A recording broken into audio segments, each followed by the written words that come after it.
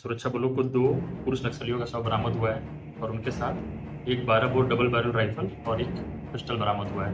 दोनों नक्सलियों की पहचान भी हो गई है, दोनों ताड़मतला के निवासी हैं। एक का नाम सूड़ी देवा है और दूसरा रवा देवा है। दोनों ही ताड़मतला चिंतागुफा थाना क्षेत्र के ताड़मतला के निवासी है और पहले भी ये लोग ये सवाल कर रहे थे कि अगर रात से मुठभेड़ हो रहा है, अभी भी चल रहा है, तो फिर आवाज क्यों नहीं आ रही? इससे पहले कुछ दिन पहले माओवादियों ने जनादत लगा करके 2 लोगों को मारा, अब पुलिस ने ऐसी पकड़ के मार डाला।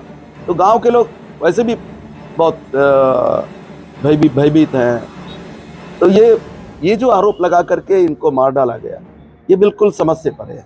वहाँ कोई मुठभेड़ जैसा कोई घटना नहीं हुई, इनको पकड़ के मारा गया। ताड़मतला के जंगलों में मंगलवार 5 सितंबर को एक खबर निकल कर आई, जहां पुलिस को एक बड़ी सफलता की बात कही जा रही थी। पुलिस ने मुठभेड़ में 2 माओवादियों को मार गिराया था, जिन पर 1-1 लाख का इनाम होने का दावा किया जा रहा था। पुलिस को सूचना मिली थी कि ताड़मतला के जंगलों में जगरगुंडा एरिया कमेटी के 10 से 12 नक्सली इकट्ठा हुए हैं, किसी बड़ी घटना को अंजाम देना चाह रहे थे। और पुलिस को जैसे सूचना मिली, उन्होंने उनकी घेराबंदी की और इस पूरे मुठभेड़ में 2 नक्सलियों को मार गिराने में उन्हें सफलता मिली और मौके से हथियार भी बरामद किए गए हैं और कुछ विस्फोटक सामग्री भी उन्हें बरामद हुई है। अब ये रहा पुलिस का दावा। पुलिस के दावे पर माओवादियों ने एक प्रेस नोट जारी कर इस पूरे घटना को ही फर्जी बताया है, पुलिस की कार्रवाई को फर्जी बताया है। दक्षिण बस्तर माओवादी का जो जोनल कमेटी के जो सचिव हैं गंगा, उन्होंने एक प्रेस नोट जारी कर पुलिस की कार्रवाई को फर्जी बताया है। उन्होंने दावा किया है कि जो मुठभेड़ में जो ग्रामीण मारे गए हैं, उनका माओवादियों के साथ कोई वास्ता है नहीं और वे ताड़मतला गांव में रहकर ही जीवन यापन कर रहे थे। और माओवादी सचिव ने यह भी दावा किया है कि दोनों ग्रामीण तिम्मापुरम एक इलाका है, चिंतागुफा और चिंतलनार के थाना क्षेत्र के बीच में पड़ता है, वहाँ ये किसी रिश्तेदार से मिलने गए थे। वापसी के दौरान मोरपरी के पास जवानों ने उन्हें पकड़ लिया और वहीं जंगल में ले जाकर उन्हें गोली मार दी। ये नक्सलियों का दावा है और पुलिस का दावा है कि वो 1-1 लाख के इनामी नक्सली थे और जगरगुंडा एरिया कमेटी के सदस्य थे। ये पुलिस और माओवादियों का दावा है और दोनों अपने अपने स्तर पर अपने दावे को पुष्ट करने की कोशिश कर रहे हैं। अब इस पूरे घटनाक्रम में एक और कड़ी जुड़ गई है।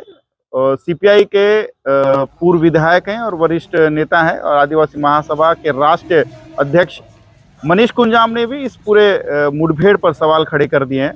उन्होंने बताया कि ये जो मुठभेड़ है, ग्रामीणों को गोली मारने की बात उन्होंने ही है। उन्होंने बताया कि जिस दिन घटना घटी है उसी दिन चिंतागुफा के एल्मागुंडा इलाके में उनकी पार्टी बैठक थी। ग्रामीणों से वे मुलाकात करने जा रहे थे और जैसे ही वो चिंतागुफा के आसपास पहुंचे तो सुकमा एसपी ने उन्होंने फोन कर बताया कि इलाके में मुठभेड़ चल रहा है, आपका उस इलाके में जाना ठीक नहीं रहेगा। इस कारण उन्होंने अपने कार्यक्रम को स्थगित कर दिया और वे वापस लौट आए। इस बीच उनका संपर्क उन इलाकों में रहने वाले ग्रामीणों से हुई। उन्होंने बताया कि ये जो मुठभेड़ है, इस तरह की कोई मुठभेड़ उस इलाके में हुआ ही नहीं है। अगर मुठभेड़ होता तो जंगल में गोलियों की आवाज गूंजती। इस पूरे घटनाक्रम को मनीष कुंजाम ने जांच की मांग की है। उन्होंने एक पत्र लिखा है और पत्र के माध्यम से उन्होंने पूरे घटनाक्रम को जांच की मांग की है। उन्होंने ये भी आरोप लगाया है, जो ग्रामीणों को मारने का दावा पुलिस कर रही है, दोनों ग्रामीण ताड़मतला गांव में रहकर जीवन यापन कर रहे थे। रवा देवा और सोड़ी कोसा नाम के 2 लोगों को पुलिस ने माओवादी का नाम देकर गोली मार दी है।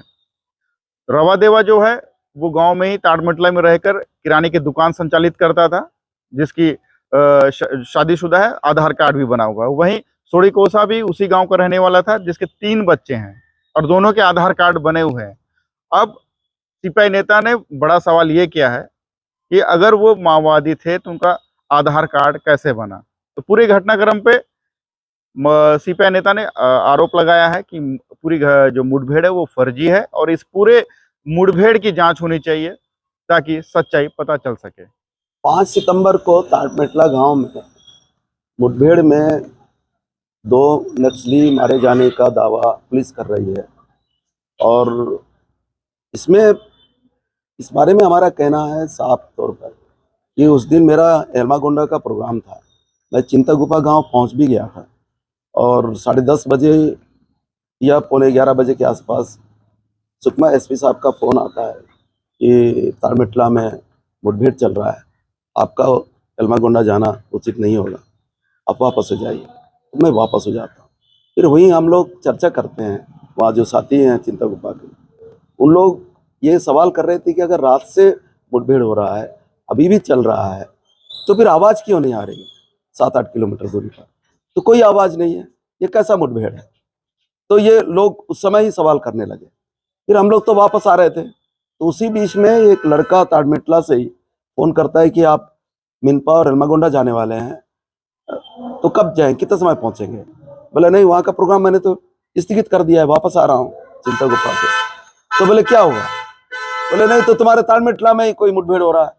तो वो लोग आश्चर्य व्यक्त करने लगे, यहाँ तो कुछ हो नहीं रहा है, यहाँ कोई मुठभेड़ नाम से या उस तरीके का कोई कार्रवाई नहीं हो रही, यहाँ तो फोर्स भी नहीं है कहीं से भी, ये क्या कैसी बात कर रहे हैं? तो वही लोग बोलने लगे कहीं आपके रोकने के लिए तो ऐसा नहीं हो रहा है बातें, आपको वहां जाने से रोकने के लिए, इस तरीके की बातें वो लोग करने लगे। तो मैं कहना, उसके बाद भी हम लोग कोई बयान जारी नहीं किए और अभी तक हम लोग देखे आज तक कि क्या है पूरी बातें। तो लाश भी आई, आज लाश सुबह लेके चले गए और लोग काफी चिंतित हैं। इससे पहले कुछ दिन पहले माओवादियों ने जन अदालत लगा करके 2 लोगों को मारा, अब पुलिस ने ऐसे ही पकड़ के मार डाला। तो गांव के लोग वैसे भी बहुत भयभीत हैं, भयाक्रांत हैं, बहुत गमगीन हैं। वो लोग ही खुद कह रहे थे कि ये लोग तो कोई नक्सली नहीं थे, उनमें से जो रवा देवा, वो उसका एक छोटा सा दुकान है गांव साप्ताहिक बाजार में, वो दुकान भी लगाता है और उसके आधार कार्ड भी है। तो कैसे वो नक्सली हो सकता है? बाजार में जाने वाला, वहां तो पुलिस भी रहती है, तमाम रहते हैं।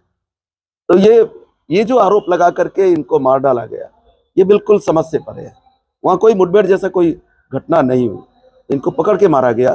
ये लोग 2 लोग तिमापुरम गए थे, रवा देवा के जीजा वहां रहते हैं, उसके शायद मोटरसाइकिल भी है। उसने कहा कि तुम मेरा मोटरसाइकिल लेके जाओ और हमारे लिए मछली बीज ला देना। तो वो लोग फिर दोनों मोटरसाइकिल में सवार होके आ रहे थे और इस बीच में ये घटना घट गई, ये लोगों का कहना है। और वो मोटरसाइकिल भी अभी तक गायब दिखा, कल तक नहीं मिला, कहाँ की है? ये है कहानी।